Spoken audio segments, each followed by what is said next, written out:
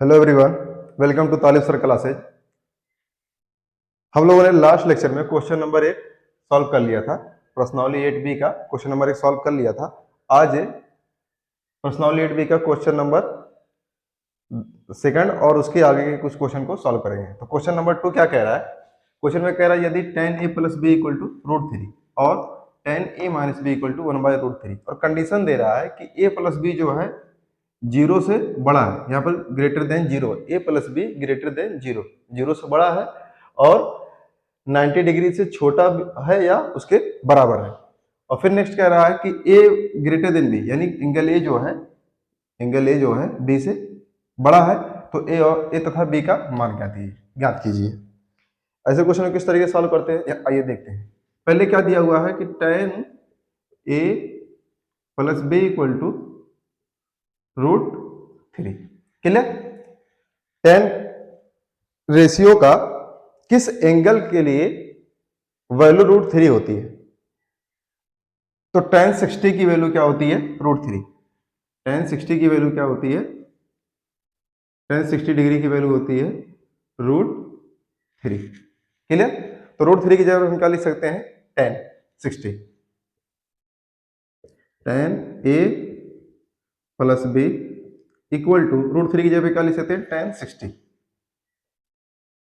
tan 60। अब दोनों तरफ देखें, यहां पर भी tan, यहां पर भी tan, दोनों तरफ रेशियो सेम है, तो एंगल क्या हो जाएगा? इक्वल हो जाएगा, यानी a प्लस बी किसके इक्वल हो जाएगा? 60 डिग्री के। जब कंपेयर आप करेंगे तो दोनों तरफ क्या है? tan रेशियो है, और उसके साथ जो एंगल है तो ये एंगल क्या हो जाएगा? इक्वल हो जाएगा। तो a plus B equal to 60, equation number first. इसी तरीके से दूसरा क्या दिया हुआ है? tan a minus B equal to one by root three, ये चीज दिया हुआ है। अब tan के किस एंगल के लिए value one by root three होती है? तो tan 30 की वैल्यू क्या होती है? वन बाई रूट थ्री, इस तरीके से। तो हम क्या करेंगे? वन बाई रूट थ्री की जगह पे tan 30 लिख सकते हैं। तो यहां से हो जाएगा tan a minus B equal to tan 30, इस तरीके से। फिर से हम क्या करेंगे? इसमें भी कंपेयर करेंगे, इधर भी tan इधर भी tan, तो एंगल क्या हो जाएगा? इक्वल हो जाएगा। a minus B equal to 30। ये कंपेयर, ये एंगल इक्वल कब लिख सकते हैं? जब दोनों तरफ रेशियो सेम हो। जैसे यहाँ पर tan tan है, तो हमने क्या कर लिया? एंगल को, दोनों साइड एंगल को क्या कर लिया? इक्वल कर दिया। हो सकता है किसी केस में यहाँ साइन होता है, यहाँ साइन होता, तो भी कर सकते हैं, लेकिन ऐसा ना हो कि इस तरफ साइन हो दूसरी तरफ कॉस हो, यानी एक तरफ दूसरा रेशियो दूसरी तरफ दूसरा रेशियो, दोनों तरफ रेशियो सेम होना चाहिए, तभी एंगल का हम इस तरीके से लिख सकते हैं। तो a minus B equal to 30, question number second. Clear? अब देखिए क्या करते हैं आगे। समीकरण एक तथा समीकरण दो को जोड़ने पर तो इसको हम जोड़ेंगे, a plus b, a minus b, तो plus b minus b cancel out, कितना हो जाएगा? जीरो। a प्लस ए कितना हो जाएगा? 2a इक्वल टू, बी से बी कैंसिल हो जाएगा ना, एक जगह प्लस है एक जगह माइनस है, तो कट के जीरो हो जाएगा। 60 प्लस 30, 60 30 90। नेक्स्ट क्या हो जाएगा? a इक्वल टू 2 डिवाइड में चला जाएगा 90 बाई 2, कितना आ जाएगा आंसर? 45। तो a की वैल्यू कितना आ गई? 45 डिग्री। अब हमको क्या निकालना है? b की वैल्यू। b की वैल्यू कैसे निकालेंगे? समीकरण एक से, समीकरण एक से यहां पर a की वैल्यू क्या रखो? 45, तो क्या हो जाएगा? 45 plus b equal to 60। Next क्या हो जाएगा? b equal to 60 minus 45। यहां से क्या हो जाएगा? b की वैल्यू कितना हो जाएगा? 15। 60 माइनस 45 कितना हो जाएगा? 15। तो यहां से b की वैल्यू कितना आ गई? 15। तो क्वेश्चन में क्या कह रहा था कि a plus be greater than zero, तो a और b को जोड़ोगे तो कितना आएगा? 60 आएगा। a की वैल्यू 45, b की वैल्यू 50, दोनों को ऐड करिए, कितना आएगा?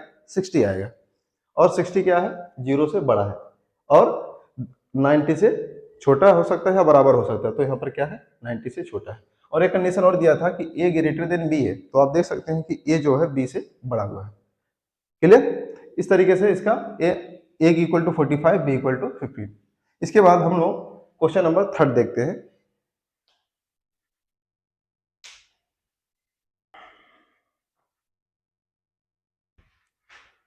क्वेश्चन नंबर सेकंड के बाद है क्वेश्चन नंबर 3। क्वेश्चन नंबर 3 क्या कह रहा है? क्वेश्चन में कह रहा है कि बताइए कि निम्नलिखित में कौन कौन सत्य है या असत्य है, और कह रहा है आगे आगे कह रहा है कि कारण सहित अपने उत्तर की पुष्टि कीजिए। तो पहला क्वेश्चन क्या है कि sine A plus B equal to sine A plus B, क्या ये चीज सही है, यानी ये सत्य है या असत्य है? इसको कैसे चेक कर सकते हैं? पहली बात तो बता दें कि साइन ए प्लस बी को कभी आप इस तरीके से नहीं लिख सकते। वजह, कुछ एग्जाम्पल लेके देखते हैं। जैसे मान लिया हम ए की वैल्यू कितना ले ले, 30 डिग्री, और बी की वैल्यू ले लेते हैं 60 डिग्री। अब ए और बी की वैल्यू इस इक्वेशन में रखते हैं, तो ए प्लस बी कितना हो जाएगा, 60 प्लस 30 कितना हो जाएगा, 37, 90। इधर हो जाएगा साइन 90, इधर कितना हो जाएगा, साइन 30, साइन 30 प्लस 60 रखिए बी की जगह पे, कितना हो जाएगा, साइन 60। क्लियर? तो साइन 90 की वैल्यू होती है 1, साइन 30 की वैल्यू होती है 1/2, प्लस साइन 60 की वैल्यू होती है √3/2। यहां से क्या हो जाएगा, 1 equal to 1 plus √3/2। Denominator same है, क्या ये चीज इक्वल है, इक्वल नहीं है। इसका मतलब हम साइन ए प्लस बी को साइन ए प्लस साइन बी के इक्वल नहीं लिख सकते। तो इसका मतलब ये क्या होगा, असत्य होगा। क्लियर? यदि आप ये जानना चाहते हैं कि साइन ए प्लस बी को किसके इक्वल लिख सकते हैं, तो इसका एक फॉर्मूला है, आप लिख सकते हैं साइन ए प्लस बी को, साइन ए प्लस बी को आप ये लिख सकते हैं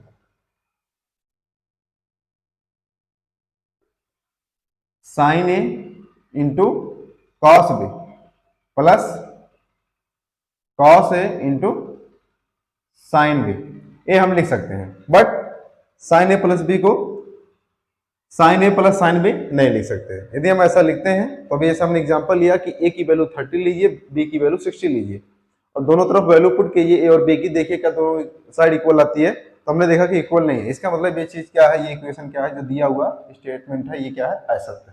क्लियर? दूसरा क्या कह रहा है, थीटा में वृद्धि होने के साथ साइन थीटा के मान में वृद्धि होती है। थीटा में वृद्धि होने के साथ, थीटा में वृद्धि होने के साथ साइन थीटा के मान में वृद्धि होती है। अच्छा, आपको मालूम है कि साइन 0 डिग्री की वैल्यू क्या होती है, 0, और साइन 90 की वैल्यू क्या होती है, 1। क्लियर? तो यहां पर क्या दिया हुआ, साइन थीटा, साइन थीटा कह रहा थीटा के मान में वृद्धि, तो पहले थीटा की वैल्यू आप कितना ले लो, 0 ले लो, तो साइन 0 हो जाएगा, साइन 0 की वैल्यू 0। फिर क्या करो, थीटा की वैल्यू 90 ले लो, तो साइन 90 की वैल्यू कितना हो जाएगा, 1। यानी जब हमने थीटा थीटा इक्वल टू 0 से थीटा इक्वल टू 90 किया, तो वैल्यू 0 से कहां बढ़ के गई, 0 से 1 बढ़ के गई, कितना, 1 बढ़ के गई। इसका मतलब ये जो कह रहा है कि थीटा में वृद्धि होने के साथ साइन थीटा के मान में वृद्धि होती है, तो ये बात क्या है, ये स्टेटमेंट क्या है, सही है, सत्य है कि थीटा की वैल्यू अगर बढ़ाओगे तो साइन थीटा की वैल्यू क्या होती है, बढ़ती है। तो स्टेटमेंट क्या होगा, सत्य। क्लियर यहां तक? नेक्स्ट क्या है, कह रहा है कि थीटा में वृद्धि होने के साथ cos थीटा के मान में वृद्धि होती है।